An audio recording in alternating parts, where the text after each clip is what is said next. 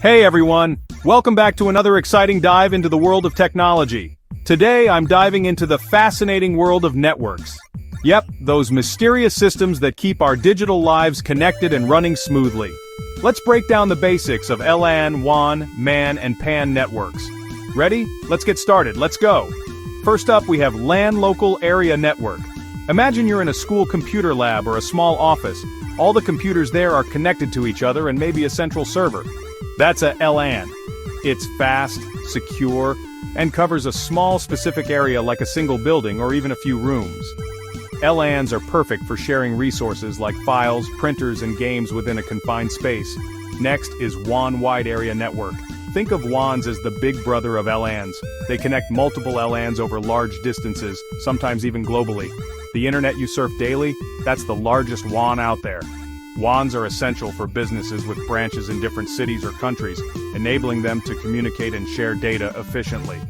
Then, we have MAN Metropolitan Area Network. Picture this, an entire city with interconnected networks. That's what a MAN does. It's larger than a LAN but smaller than a WAN, usually covering a city or a campus.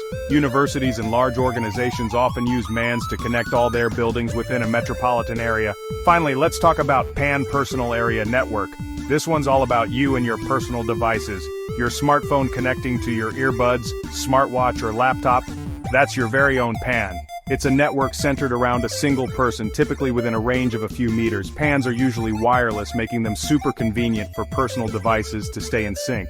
So to recap, LANs keep things local, WANs go global, MANs cover cities, and PANs are all about personal connectivity. Each type of network plays a crucial role in keeping us connected in different ways. If you found this breakdown helpful, give the video a thumbs up and hit that subscribe button for more tech insights. Got any questions or topics you want me to cover next? Drop them in the comments below. Thanks for watching, and I'll see you in the next video. Stay connected.